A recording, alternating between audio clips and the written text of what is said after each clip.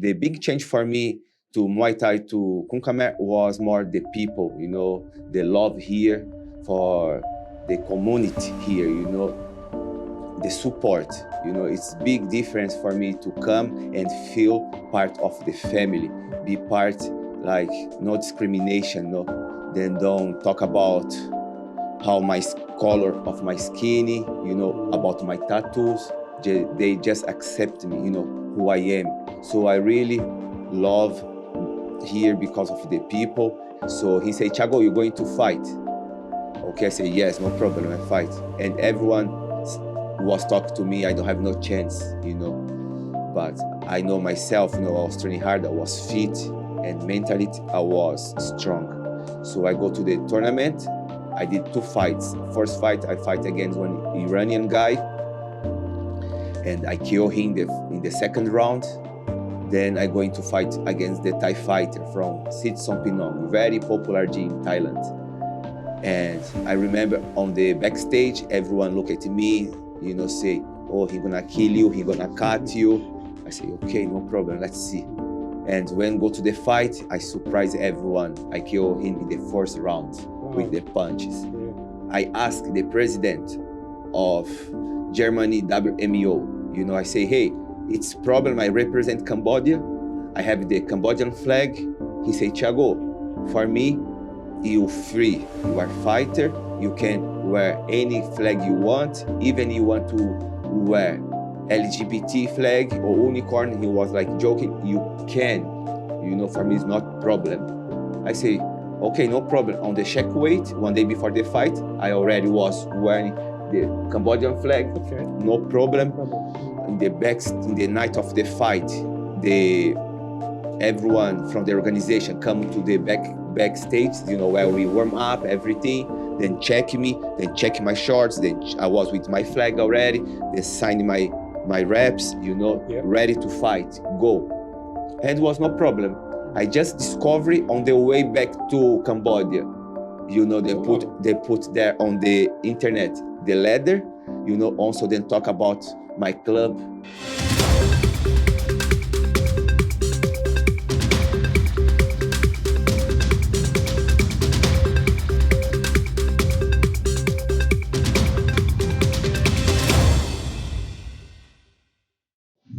Hi, you're watching EAC Insight. I'm your host, Anthony Ellis. Thanks for joining us.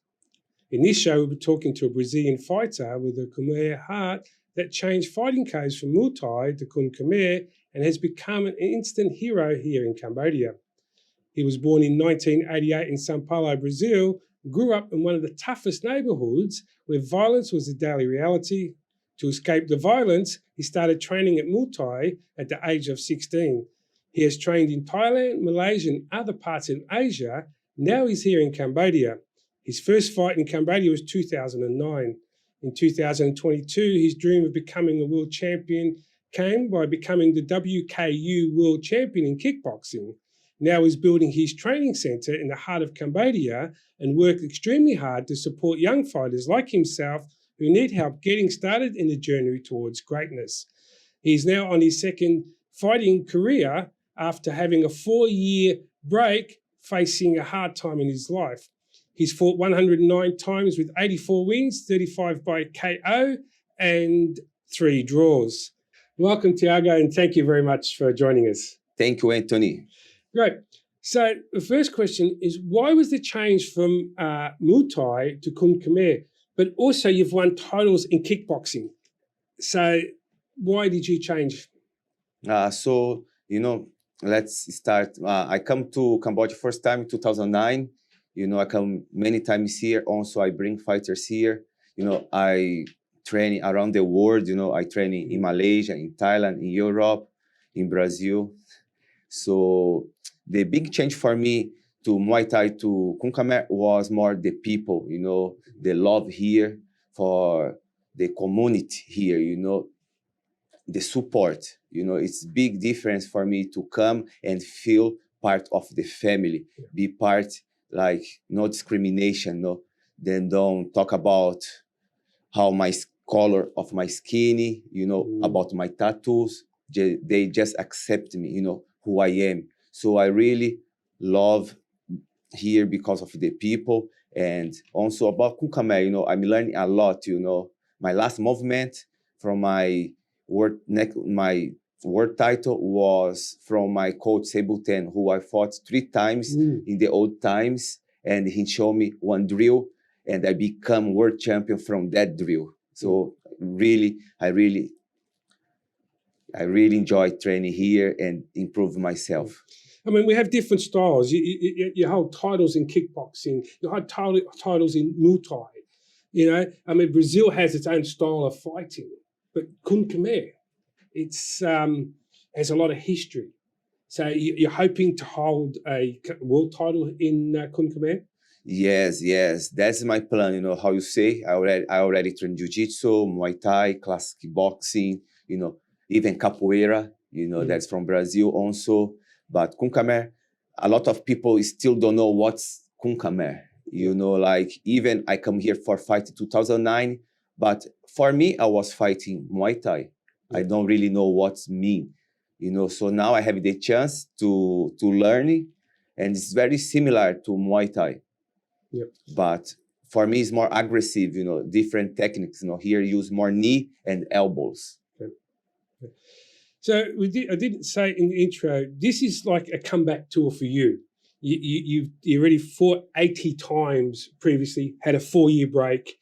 Then you've come back and had 30 odd fights more. Why did you stop? Why is this the comeback tour? What happened in those 4 years? I don't have no money anymore. So the Thai coach say, if I want to stay, I have to clean the floors, cooking for them. But after that, a lot of things change, because I was not pay anymore the camp. So I don't really get properly train anymore. I just run, do bags, and then use me also for clinch the another guys because I was bigger and stronger. But the real training, I know what I was doing. So then just put me for fighting, go fighting there. I remember I fight one time, I have a big cut in my head, and then say, hey, you have to fight next week. I say, yeah, but I still have my cut. He say, no, just not show the head for the doctors and keep it going. I say, okay, no problem. But after that, I stay more. After my 6 months, there, I remember I'm feeling, like I not did enough. So I remember I call my mom, I used to call my mom 1 time per month because, no like now, smartphone, no have this. So I remember I call her, say, Mom, I'm going to stay. She say, why? I say, I know did not enough here. I not come to be champion yet. And she say, but when you come back, son? I say, I don't know when I'm be champion come back. So after that, I decided to stay in Thailand fighting because already was more easy in the back times, our visa and everything. So, but after 8 months there in this camp, I see, I'm not improve anymore. Just use me. So I decide to go to Malaysia, Kedah Kulim. I have some people asking me to go there and train and fight for the camp there. So I did that, I was already 1 year training, like 8 months training in Thailand, and I was training Malaysia. I stay in Malaysia training around more 1 year there, but there where I was coming to be world champion. First time have one big show in Malaysia by WMC Federation, one Thai federation too. And then, the promoter of the show was from my gym, and he said, Thiago, that's my show. You're going to fight. I was training very hard, this time, I really put my soul in the training, my body. I sacrificed a lot, In these 2 years, I was not speaking English, not Malay, not Thai. So I be 2 years quiet, was very hard for me to be like with not communication, put myself out. So he said, Thiago, you're going to fight. Okay, I say, yes, no problem, I fight. And everyone was talking to me, I don't have no chance, But I know myself, I was training hard, I was fit, and mentally I was strong. So I go to the tournament. I did 2 fights. First fight, I fight against one Iranian guy, and I kill him in the second round. Then I going to fight against the Thai fighter from Sit Sompinong, very popular gym in Thailand. And I remember on the backstage, everyone look at me, say, oh, he gonna kill you, he gonna cut you. I say, okay, no problem, let's see. And when go to the fight, I surprise everyone. I kill him in the first round with the punches. Yeah. So, and then I come after that, a lot of door open after my first world title. So I ask some gyms in Thailand what they can do for me, if they can sponsor me by fighter, And I have one gym in Koh Samui, who I was talking, and then I then say, hey, you can come to my gym, but we can take care of your fights. You take care of your room and your food, but we're gonna look for fights for you. I say, okay, no problem. So that's my move to Thailand back. And I stayed there more 3 years in Koh Samui. And in Koh Samui, I come to be champion again. I be intercontinental champion in Uzbekistan.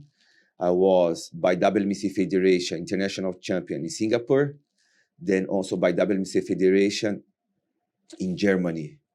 Then after a long time, I was 5 years already in Thailand, and I don't see myself growing too much, because I don't have the right manager, I don't have one mentor to really take care of me. It was me and God, so a little bit lost in some things, so, and I have one coach in Brazil say, hey, Thiago, you are famous now, in Brazil. You have big name here. You come to be world champion. You was the third Brazilian come to Thailand for living the dream of fighter. So come here. I'm going to support you, and we're going to do a lot of seminar.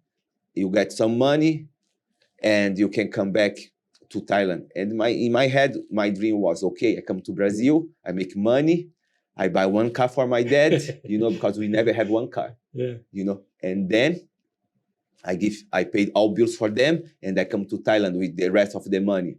But when I come there, the reality was not the same, My coach really gave me one seminar and 2 class. And after I come to Thailand so young, I decide to live my dream, then do university. So I don't have too much words, I not really like communication with everyone, because I was 2 years without speaking Thailand, and my English was really like not the best. So the most of time in Thailand, I be quiet, train, sleep, train and sleep. So I come to Brazil after he say, Thiago, I don't have more connection. And I say, what I gonna do now? So for me, it was very hard. And from this time, I think, okay, I'm going to start to train MMA. So that I start to train jiu-jitsu, I train MMA, grappling. And from that, I start to do class in the gym. I ask for a job, But also, after 1 year, I start to save money. And I have a big hurt here in my stomach, And I don't have insurance in Brazil, so I decide to stop fighting. I say, okay, I just gonna keep now teaching, doing privates. But also for me, it was really bad because I was living my past so long. Why I come to Brazil? Why them bring me here? Why accept to come to Brazil? All the promises not happening. Why? After 2 years, I remember I wake up and I have big, I don't know the word, maybe you can help me. Excitement. Yes. Yeah. I have big excite. Like your passion. Yes, like excite. Oof. I was feeling I'm going to fight in this night. In the same night, I'm going to fight. So but this excite is still almost 3 weeks. I cannot sleep. I cannot working well. I remember I always say to everyone, I don't know what's going on with me. I have to do my own stuff. I'm feeling someone hold me. I have something in my back, want to keep me not moving. And after this, I start to asking friends, hey, what is that? You know, many people, I don't know, maybe it can be depression. But you know, I hear in Brazil a lot of joking about depression is for rich people, Thiago. Poor people cannot have depression. You know, we have to work. I say, yeah, but I don't know what's going on with me. So after that, I come to ask one professional. I have one student. The mother was doctor, so she started to explain for me that can be depression. You know, because I was sad, depressed myself, living the past, and the things in my head was not stopping. But I don't know how to work with this. And after that, I just, you know, say to me, after one time actually, I tried to kill myself. You know, and I was in the room. I take one knife, and I was thinking for a stop. You know, because I don't know what to do. What's going on with me? I want to rest. But in the first thing, my mom come to me, you know, in my head, and I think, if I go, who really going to suffer is my mom, is my family here in Brazil. In Brazil. So I decided not to do, and I decided to fight against that, to start to understand how to fight that back. So the first thing, I start to have medicine from the doctors, this, but not really helping me, you know, was putting me in one mode, but also not bringing me up, not down. And I was already almost 2 years on this, working hard for, you know, I cannot work well. So I decided to stop the medicine and start to come back to training, you know, but the first step for me was coaching. You know, I come to one club in Brazil, I say, hey, I have my experience, I'm world champion, I'm international champion, intercontinental champion, I have a lot of drills, I can be coach here. Then say, yes, Thiago, of course, everyone know you here. You're welcome to be the head coach. So after that was 2018. This year, my team, when I take them, we don't lose no fight all year.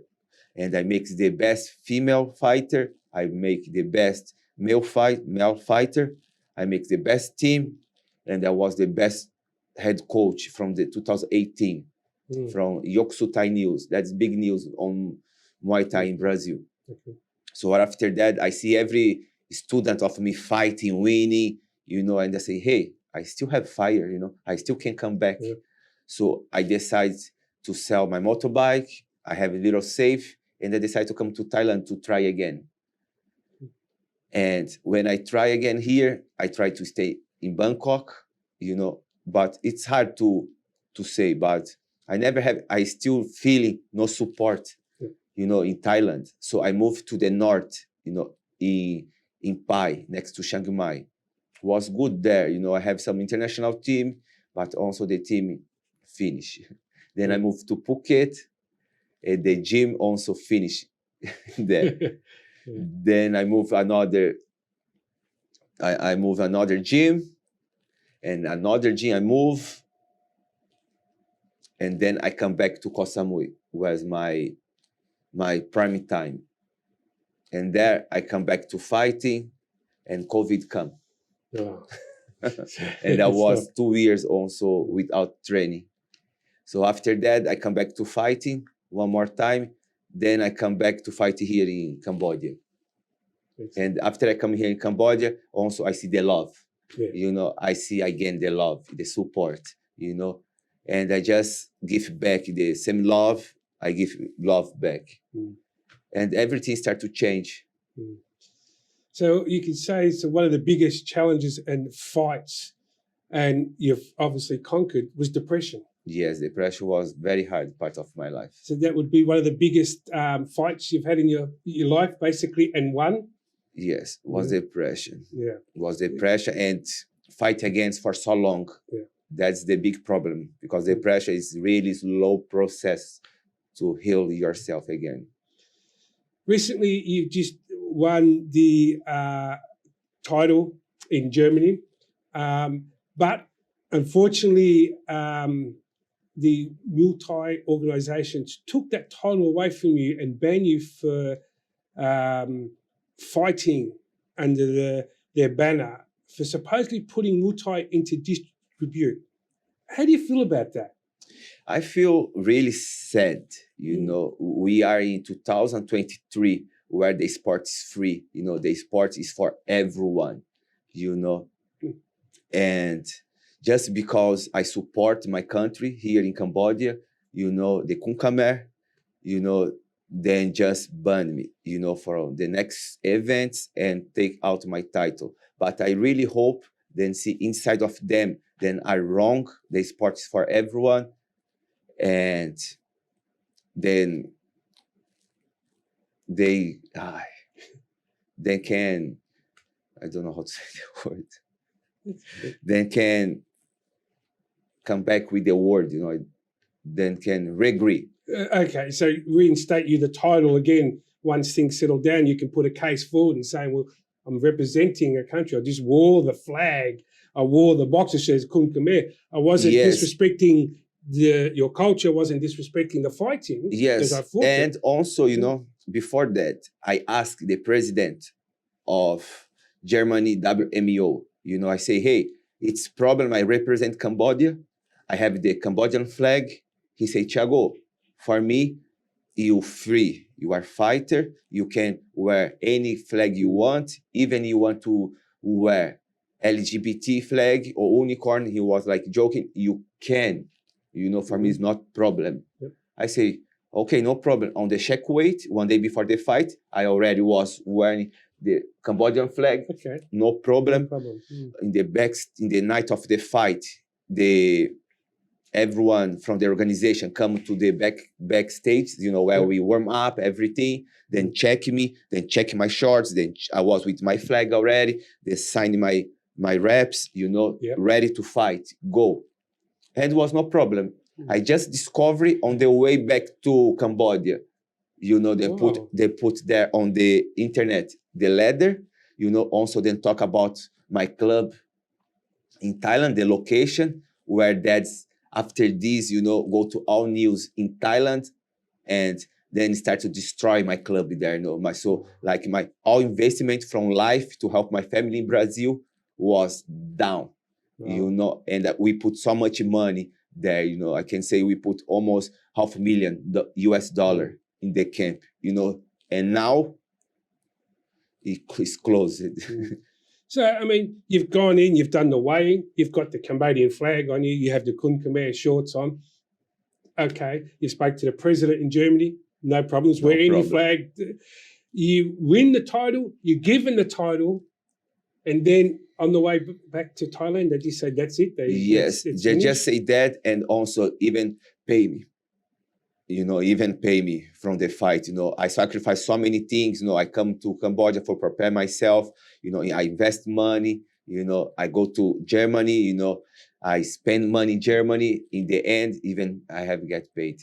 Well, it's a sad story that something like this happened. That they've let politics come into this, but I think that comes too because of the SEA Games coming up, where Cambodia has changed Muay Thai. Just the name. It was only supposed to be for the SEA Games as Kun Khmer, and Thailand got so upset that they've kind of put this rebuke into the SEA Games by saying, well, we're not sending fighters.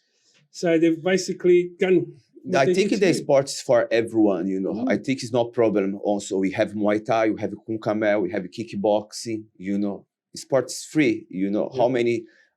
I was 3 months ago around, I was world champion in kickboxing in Germany by WKU. And I was wearing Muay Thai shorts here, big here.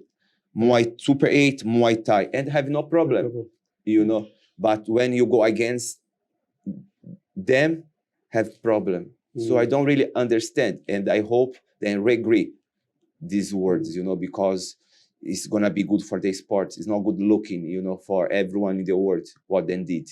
Yeah, they've kind of made themselves look like fools, so to speak. That's right. You've done kickboxing. Discrimination. Yeah. You are doing kickboxing wearing all Thai boxer shorts, Muay Thai and everything else. No problems. They would have been proud of you. But just because you how many Thai fighters are not world champion in kickboxing, MMA now? True. So I don't understand. Yeah, it's silly. So now that you've come to Cambodia, they've taken you like family. How does it feel? You know, it's like a second family from Brazil now. Yes, I try to find family long time ago, in my life. Even in Brazil, I never feel like the support, So that's why I moved to Thailand. Also, I always put myself, for them, I just want to be part of you guys, I just want to be part of the family. Also, I never find in Thailand. And when I come here, I really feel in love, I really feel the support. When I run every day in the morning, the kids with the bicycle start to follow me, Yeah. asking for picture, even many people, I was running, some people see me running, driving motorbike, give me water, that's amazing, amazing feeling. I can tell you that's the best part of my life I'm living here in Cambodia.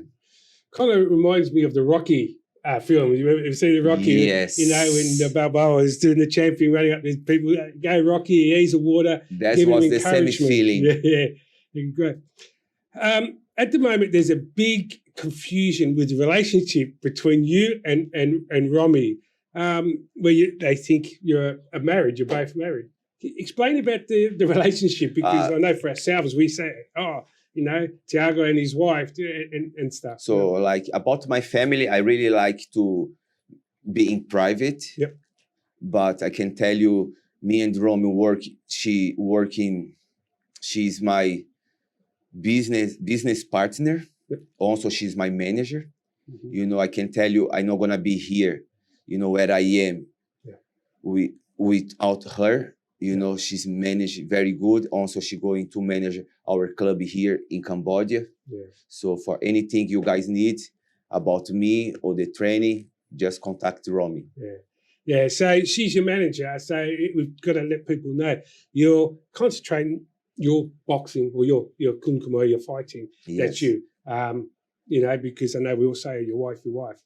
So she must be also proud to get her citizenship as well and to be part of that. But the confusion must make a little bit hard for you guys to do things. Yes, I think I try to not really unfocus what I'm doing, so I just keep it going on this way.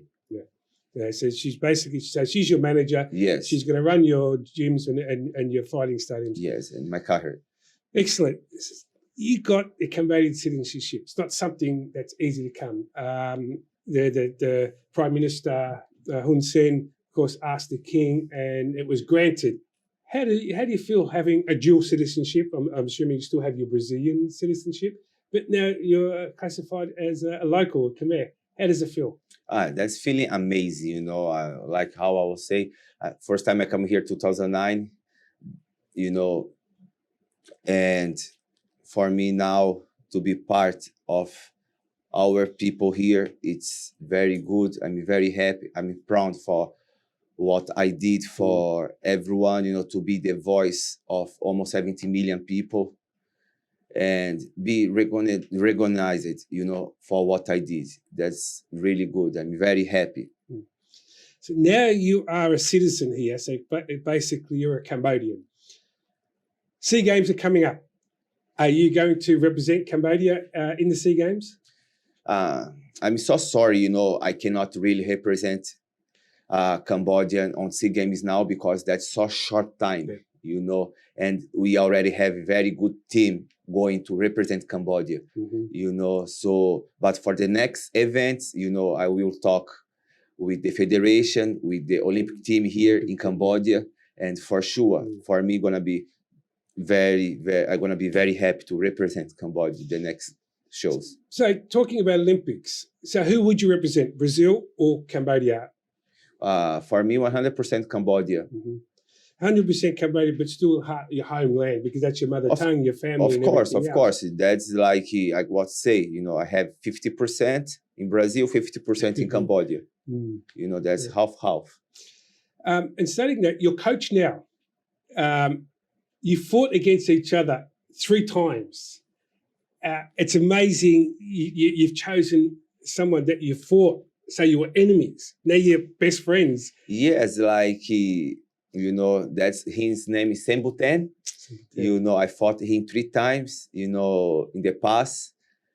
But I don't think I choose him, you know. That's happened, you know, because I was in my fighting, I don't know what fight, but maybe 5 months ago, and I met him, you know, in the event, and was like you know, oh, whoa, how are you? We hug each other, you know, and talk, you know, this, and after Rome come with the idea, hey, why you know go to Cambodia to training?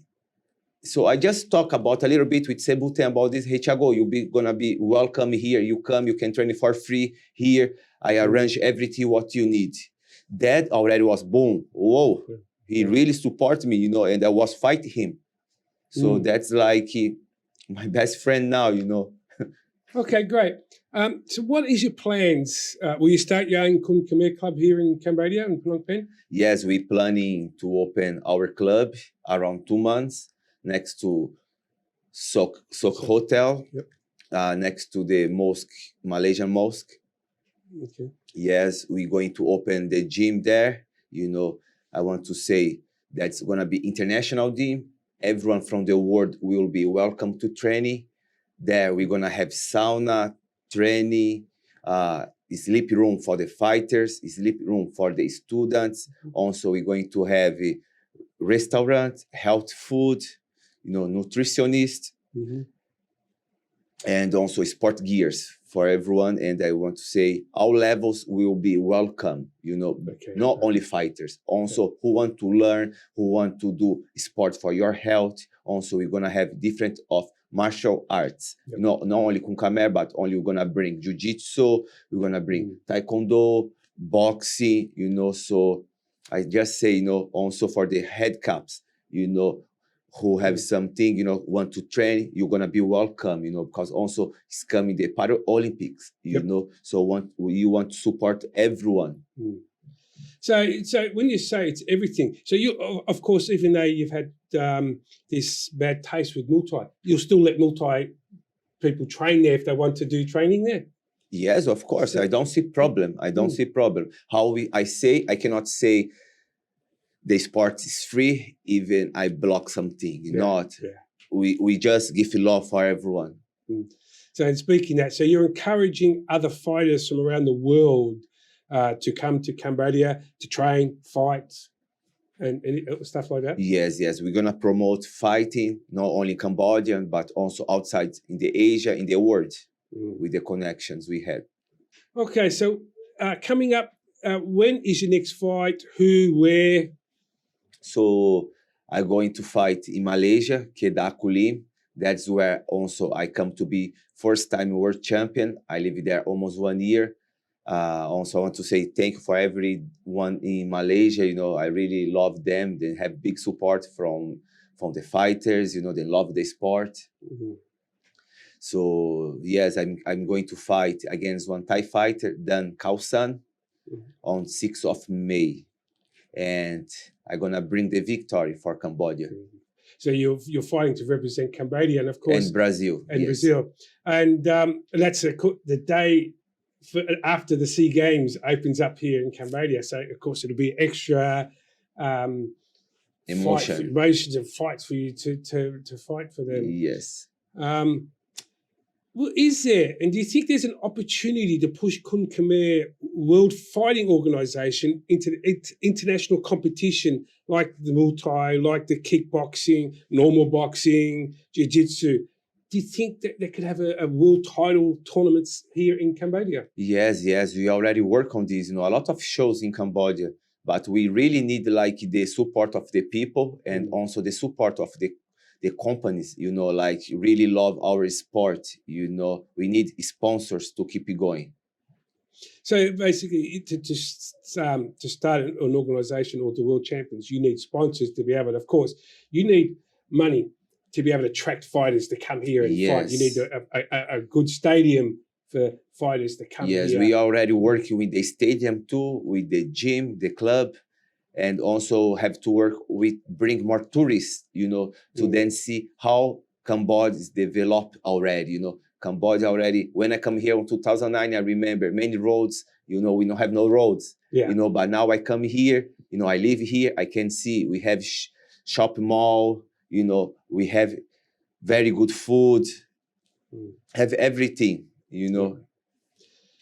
Now, also, we did speak about earlier on, Kun Khmer, there's about 1,000 techniques, different techniques, which is recorded, but there's something like 3,000 different techniques that are not recorded that the Kun Khmer masters are explaining to you at the moment? Yeah, he was explaining for me, Sam King Sam, the grandmaster. Yes, he already planned on this. You know, I already planned to go to train with him to learn more about Bokator too, you know, to be one of his students. You know, he was talking about more than 10,000 techniques, you know, but it's very hard job for him too, you know, because he also write down everything. He write more than 4,000 techniques already, and he keep improving.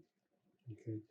So what is the different kind of styles we have? I mean, Kun Khmer is like a Bokator, has a style which is kind of unique compared to other different from kickboxing and Muay Thai and everything else. What makes Kun Khmer and Bokator special? I think what makes them special is the love of the people in Cambodia, the culture, the support. You know, they really support the martial arts, you know, what I never see nowhere. You know, every country I be, sport just sport, you know, but here is something more, you know, something else. It's really, they really love that. They really support. So I think that's what makes special, you know, the love from the culture, from the Kun Khmer and Bokator. So against other Kun Khmer boxers and fighters, do you feel any tension or anything bad? Not so what I don't see the envy, you know, from the fighters, you know, each other just growing together, you know, to the best of the sport. I see here the big love. So that's why I'm here. I want to support and show the world the Kun Khmer and the culture here, because when everyone know what we have here, everyone gonna come to train and support the country for sure. You're getting to a certain age now, fighting does become a bit hard. You slow down a little bit. It takes a bit longer to recover. How much time do you have? How much fitness do you have? You know, that's really like one big question for me, because when I was 32, I say, okay, I'm going to fight till 35. Now I'm 34, turning in July to 35. And right now I'm thinking maybe I fight till 37 or 38 years old. But right now I really take care of my health. You know, I'm not drinking, I'm not smoking, you know. So I'm gonna push myself till I can. If I still feeling strong, I feel faster enough to fight it, I'm gonna keep it going. But when I see, okay, I'm slow, the young people is already faster than me, I have it more difficult, okay, that's time to stop and keep in my plans. So basically, it'll just see you go fight by fight and how you time to recover to see how much more that you can do that. After your career finished, what will you do next?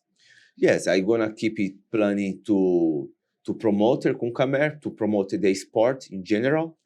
You know, maybe come to get some title in the federation to keep it growing the sport. I want to be in the sport forever. Finish off with any encouragement for local Khmers. Kun Khmer, they start very young, and then of course they probably give up because they're not sure where to go.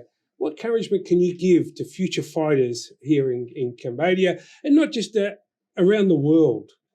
You know, having world titles and championships. Yes. What encouragement can you give them to keep going? I can tell to every young fighter, you know, to keep training. Don't give up if the situation look really hard, but also look for education, okay? Go to school, study. because also our career is not so long. And after finish the career of fighter, you have to do something. So don't forget to study and look for your education. That's very important. Now, you had 109 fights, 80 odd wins, 35 KOs, but you kept fighting even though you've lost 30 times. So what encouragement can you give to people when you say don't give up? You lose a fight. What's your comeback? What do you do to say, well, okay, I lost this one, I'm coming back for another one? Because your ratio is excellent. 80 odd wins and 35 KOs, knockouts. When I started in Brazil, I have 19 fights and I never lost. So when I come to Thailand, I fight one time, I'll win. After I lose 4 fights a row, lose. And I was also thinking about myself, well, I don't gonna win anymore, what's gonna happen? But always in my head, okay, never give up. Give up, good things will come. If you push yourself and training hard, no problem. You lose 1, 2, 3, 4, 5, 6. Keep it going. Trust God. Trust yourself. The winning, the victory will come. I promise you. Keep trying. Do your best. Yeah, I mean, some fighters, like you say, they lose 2, 3, 4 times. They just want to give up because there's nothing, and the encouragement around people, of course, becomes a little bit lower. The coach says, well, maybe you should give up. What do you say to those sort of people? Don't look back. Keep it going, and the victories, the wins gonna come. Don't listen around. Just have your trust in God always, and keep it going. Training. What is a typical day of training, diet? Everything's a day-to-day for you. Yeah, that's really dedication. We have to be really dedication training. Normally we running like every morning 10Ks plus training, maybe more 2 hours of training. And we have eating lunch, have to eat health also. Then sleep, then go for the second train of the day. Also running and plus 2 or 3 hours of training. That's really tough training. Thiago, thank you very much for your time. Good luck for your fight in May in Malaysia. Welcome to Cambodia. Thank you for the support you've given to the Kun Khmer.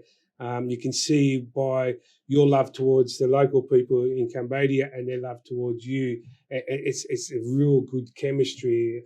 Thank you very much for your time today. I want to say thank you for having time also to having me here. And thank you for all Cambodian people who support me. I really appreciate, and you guys who keep me going. So thank you very much for everyone. And I hope God bless everyone. Okay. Thank you. Thank you very much. So there you have it, a great fighter who's at Cambodia with a storm to help and take Cambodia to the next level and to show the world Kun Khmer. You've been watching EAC Insight. You can tune into our website, www.eacnews.asia, or you can download an app in the App Store, Smart TV, and all social media channels. Thanks for watching EAC Insight. I'm your host, Anthony Ellis. I'll see you next time.